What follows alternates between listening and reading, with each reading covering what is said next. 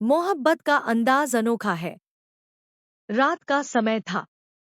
पहाड़ों के बीच बसे उस छोटे से सैनिक कैंप के पास से गुजरने वाली नदी में बाढ़ के कारण कई लोग बहकर आ चुके थे। फौजी मेजर अभय राठौर और उनकी टीम ने दिन भर बचाव अभियान चलाया था और अब तक 3 शवों को अस्पताल भिजवा चुके थे। लेकिन जब फौजी सुंदर दास भागते हुए उनके टेंट में आया, तो उसकी आंखों में अजीब सी बेचैनी थी। सर, एक और लड़की की बॉडी मिली है, लेकिन क्या? अभय ने सवाल किया। वो अब तक जिंदा है। अभय चौंक गया। इतनी भयानक बाढ़ के बाद भी कोई जिंदा बच सकता था? ओह, रियली? चलो देखते हैं। जल्दी से अपना कोट पहनकर अभय टेंट से बाहर निकला और उस रेस्क्यू टेंट की ओर बढ़ा, जहां लड़की को रखा गया था। जैसे ही उसने लड़की को देखा, वह कुछ पल के लिए अपनी आंखें झपकाना भूल गया। ऐसा नाजुक और खूबसूरत चेहरा उसने शायद ही पहले कभी देखा था। लड़की की सांसें धीमी थी, लेकिन अब भी चल रही थी।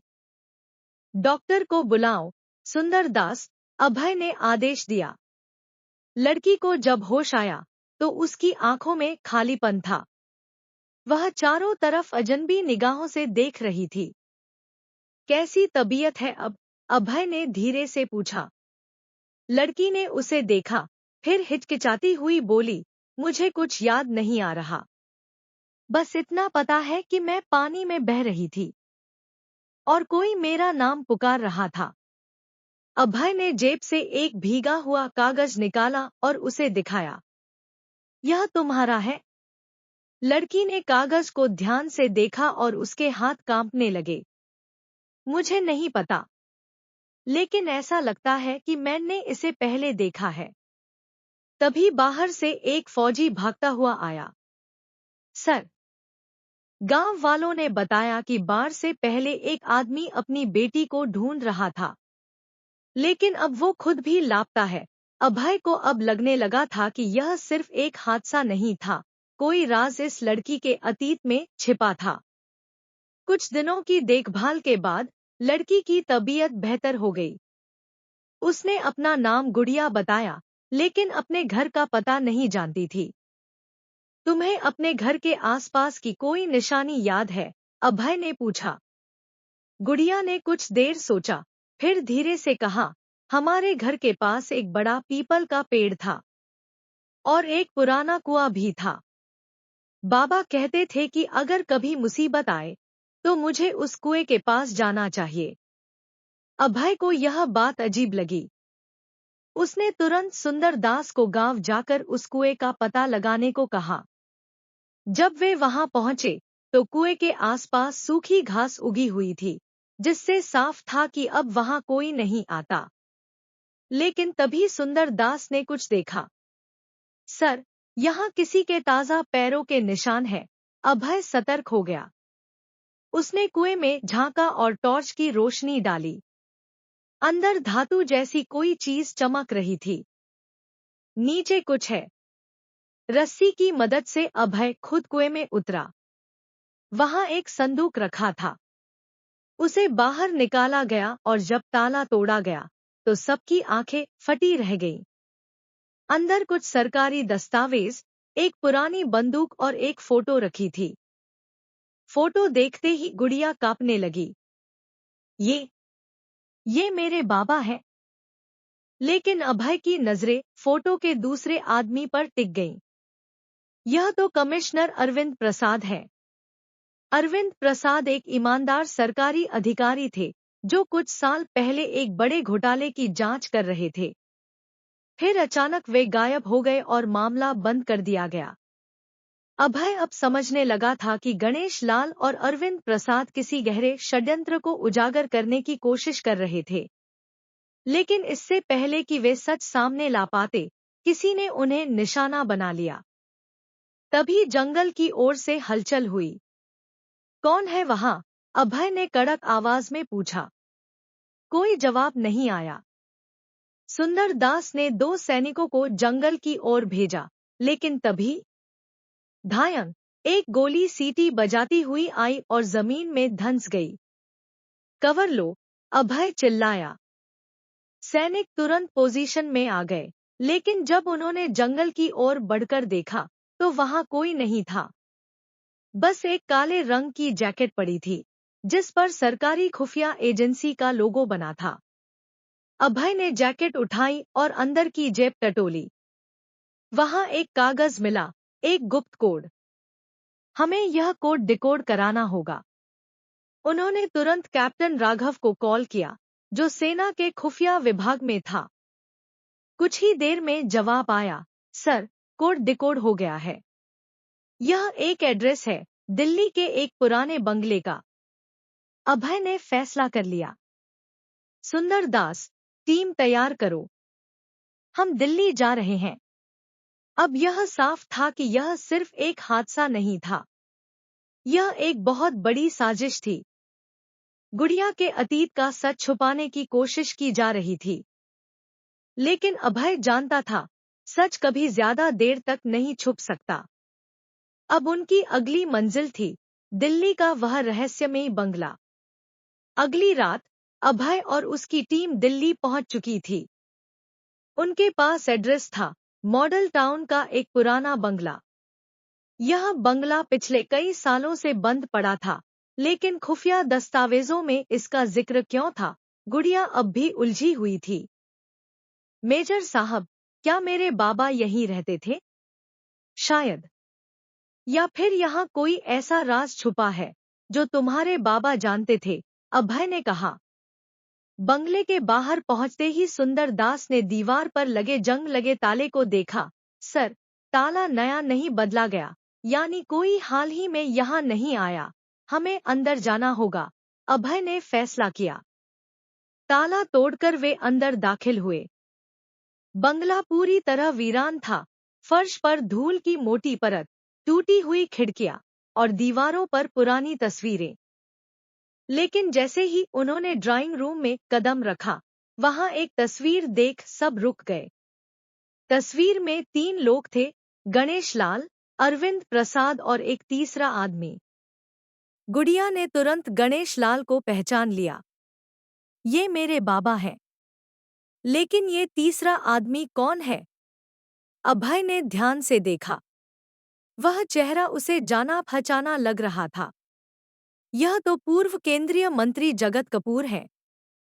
जगत कपूर एक ताकतवर नेता थे, जो कुछ साल पहले अचानक राजनीति से गायब हो गए थे। उनका नाम एक बड़े भ्रष्टाचार घोटाले में आया था, लेकिन कोई सबूत नहीं मिला। अब यह साफ था, यह बंगला सिर्फ एक पुरानी इमारत नहीं, बल्कि एक गहरे राज का ठिकाना था। अभय ने बंगले की तलाशी शुरू की। एक पुरानी अलमारी में उन्हें कुछ फाइलें मिली। सर, यह सरकारी दस्तावेज है। इनमें कुछ टॉप सीक्रेट प्रोजेक्ट्स का जिक्र है, सुंदर दास ने कहा। लेकिन जैसे ही अभय ने एक फाइल खोली, उसे अंदर एक नोट मिला। अगर तुमने यह पढ़ लिया है, तो तुम्हारी जान खतरे में है। पीछे देखो, अभय तुरंत मुड़ा। गुड़िया, नीचे झुको, उसने जोर से चिल्लाया। अचानक धमाका। बंगले की एक दीवार तेज आवाज के साथ गिर पड़ी। धुएं और धूल के बीच अभय ने देखा, कुछ नकाबपोश लोग बंदूकें लिए उनकी तरफ बढ़ रहे थे। हम पर हमला हुआ है, सुंदर दास ने अलर्ट किया। अभय और उसकी टीम ने तुरंत जवाबी कार्रवाई की। गोलियों की आवाज गूंज उठी। गुड़िया डर के मारे एक कोने में दुबक गई थी। लेकिन तभी एक नकाबपोश ने उसे पकड़ लिया और बंदूक उसकी कनपटी पर रख दी। अगर आगे बढ़े, तो इसे गोली मार दूंगा। अभय के हाथ रुक गए। अब यह सिर्फ एक मिशन नहीं रहा, यह एक जंग थी, जिसमें दांव पर एक मासूम की जान थी। अभय की बंदूक अभी भी उसके हाथ में थी, लेकिन अब हालात बदल चुके थे। गुड़िया की कनपटी पर तनी बंदूक ने उसके हर कदम को रोक दिया था। अपनी बंदूक फेंक दो, मेजर साहब, वरना ये लड़की अब जिंदा नहीं बचेगी, नकाबपोश ने गुस्से से कहा। अभय ने चारों तरफ नजर दौड़ाई। सुंदर दास और बाकी सैनिक सतर्क थे, लेकिन वे भी जानते थे कि जरा सी भी गलती गुड़िया की जान ले सकती थी। ठीक है, मैं अपनी बंदूक रख देता हूँ, अभय ने धीरे से कहा और बंदूक जमीन पर रख दी। गुड़िया की आंखों में डर था, लेकिन उसने हिम्मत नहीं हारी। तभी अचानक बंगले के एक कोने से किसी ने गोली चलाई। नकाबपोश पलटा और इसी मौके का फायदा उठाकर अभय ने छलांग लगाई। एक झटके में नकाबपोश जमीन पर गिर पड़ा।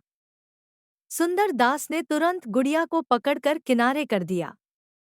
सर, बाकी लोग भाग रहे हैं, एक फौजी ने चिल्लाया। अभय और उसकी टीम ने पीछा करने की कोशिश की, लेकिन वे अंधेरे में गायब हो चुके थे। अब बंगले की हालत और भी खराब हो चुकी थी। अभय ने जल्दी से फाइलें इकट्ठी की और देखा कि उनमें से एक फाइल में एक छोटा सा पेनड्राइव छिपा था। यह पेनड्राइव उन दस्तावेजों से ज्यादा महत्वपूर्ण हो सकती है, अभय ने कहा। वे तुरंत कैंप वापस लौटे और लैपटॉप पर पेनड्राइव खोली।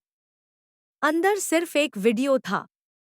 जैसे ही अभय ने प्ले किया, स्क्रीन पर एक कमजोर और डरा हुआ चेहरा नजर आया, गणेश लाल। अगर यह वीडियो तुम तक पहुंच गया है, तो इसका मतलब है कि मेरी जान खतरे में है। मैं एक बड़े षड्यंत्र का गवाह था, लेकिन अब वे मुझे मारना चाहते हैं। जगत कपूर और उसके साथी कुछ ऐसा कर रहे हैं, जो पूरे देश के लिए खतरनाक हो सकता है। अभय और उसकी टीम सांस रोककर वीडियो देख रही थी। अगर मुझे कुछ हो जाए, तो यह सबूत दिल्ली के पुराने रेलवे यार्ड में छिपे दस्तावेजों में मिल सकते हैं। इन्हें पब्लिक करो, नहीं तो यह लोग बच जाएंगे। वीडियो अचानक बंद हो गया। गुड़िया की आंखों में आंसू थे। मेरे बाबा जिंदा हैं या? अभय ने गहरी सांस ली। हमें तुरंत रेलवे यार्ड जाना होगा। यह सिर्फ तुम्हारे पिता को बचाने की लड़ाई नहीं है, यह देश के भविष्य की जंग है। अब उनके पास एक और सुराग था, दिल्ली का पुराना रेलवे यार्ड। लेकिन क्या वहां सचमुच गणेश लाल के बचने की कोई उम्मीद थी, या यह सिर्फ एक और जाल था? रात के अंधेरे में मेजर अभय, सुंदर दास और उनकी टीम दिल्ली के पुराने रेलवे यार्ड की ओर बढ़ रहे थे। गुड़िया भी उनके साथ थी। सर, अगर यह सच में कोई जाल हुआ तो? सुंदर दास ने पूछा। अगर जाल है तो हम उसे तोड़ेंगे, और अगर सच है तो हम उसे सामने लाएंगे, अभय ने ठोस लहजे में कहा। जब वे यार्ड पहुंचे, तो वहां सब सुनसान था। जगह-जगह जंग लगे कंटेनर पड़े थे, और एक टूटी फूटी इमारत के बाहर कुछ लोग खड़े थे। वे बंदूकधारी थे। अभय ने इशारा किया और टीम सतर्क होकर आगे बढ़ी। अंदर जाने के लिए उन्होंने एक पुरानी दीवार का सहारा लिया। धीरे धीरे वे एक गुप्त कमरे के पास पहुंचे। अंदर जाने पर जो देखा, उससे सबके रोंगटे खड़े हो गए। गणेश लाल एक कुर्सी पर बंधे हुए थे। उनके शरीर पर जख्म थे, और उनकी आंखों में थकान थी। लेकिन जैसे ही उन्होंने गुड़िया को देखा, उनकी आंखों में आशा की एक किरण जाग उठी। गुड़िया, मेरी बच्ची। गुड़िया दौड़कर उनके पास पहुंची, लेकिन तभी। रुक जाओ। पीछे से एक गहरी आवाज गूंजी। दरवाजे पर वही आदमी खड़ा था, जिसका चेहरा तस्वीर में देखा गया था, जगत कपूर। मुझे लगा था कि तुम यहां तक नहीं पहुंच पाओगे, मेजर अभय, उसने ठहाका लगाया। लेकिन अब जब आ ही गए हो, तो यहां से जिंदा जाने की उम्मीद मत रखना। अभय ने चारों तरफ नजर दौड़ाई। उनके सैनिक छिपे हुए थे, लेकिन जगत कपूर के लोग भी पूरी तैयारी में थे। तुमने यह सब क्यों किया? अभय ने पूछा। जगत कपूर मुस्कुराया। ताकत और पैसा, मेजर। गणेश लाल और अरविंद प्रसाद को यह पता चल गया था कि हम देश के खजाने से करोड़ों का गबन कर रहे हैं। हमने अरविंद प्रसाद को रास्ते से हटा दिया, लेकिन गणेश लाल भाग निकला। उसे मारने के लिए हमने पूरी प्लानिंग की, लेकिन किस्मत से वह बच निकला। गुड़िया ने गुस्से से कहा। तुम झूठे हो। तुमने मेरे बाबा को इतना कष्ट दिया। अभय अब और समय बर्बाद नहीं करना चाहता था। उसने अचानक अपना इशारा दिया और सैनिकों ने धावा बोल दिया। गोलियां चलने लगी। यार्ड गोलियों की आवाज से गूंज उठा। अभय ने जगत कपूर को पकड़ने की कोशिश की, लेकिन वह भागने लगा।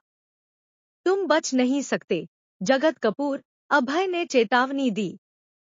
लेकिन वह एक जीप में बैठकर भागने लगा। तभी गुड़िया ने पास पड़ी एक लोहे की रॉड उठाई और जीप के आगे फेंक दी। धड़ाम! जीप पलट गई और जगत कपूर नीचे गिर पड़ा। अभय ने उस पर बंदूक तान दी। खेल खत्म, कपूर। अब तुम्हारी जगह जेल में होगी। गणेश लाल को छुड़ा लिया गया। गुड़िया ने उन्हें गले से लगा लिया।